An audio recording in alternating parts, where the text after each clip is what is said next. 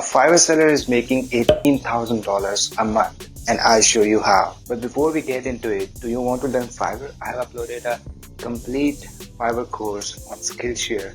So link is in the description and you can join my class and get access to 50,000 plus online classes and 1 month of free trial. So she started working in 2017, which is 5 years from now, and the average selling price is $295 and 46 orders are in queue. So 46 multiplied by 295 is 13,570. So she can do around 1/3 of work more. So we will divide it by 3 and add 13,570. So $18,000. So she's going from $17,000 to $18,000 a month. So stay motivated and you can earn it too.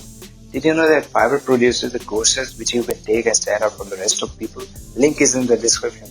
So take the course to stand out from the rest of people, and Fiverr will provide you the badge on your profile which will make you stand out and bring you more customers. Like, comment, share and subscribe if I provided you the value. Thank you.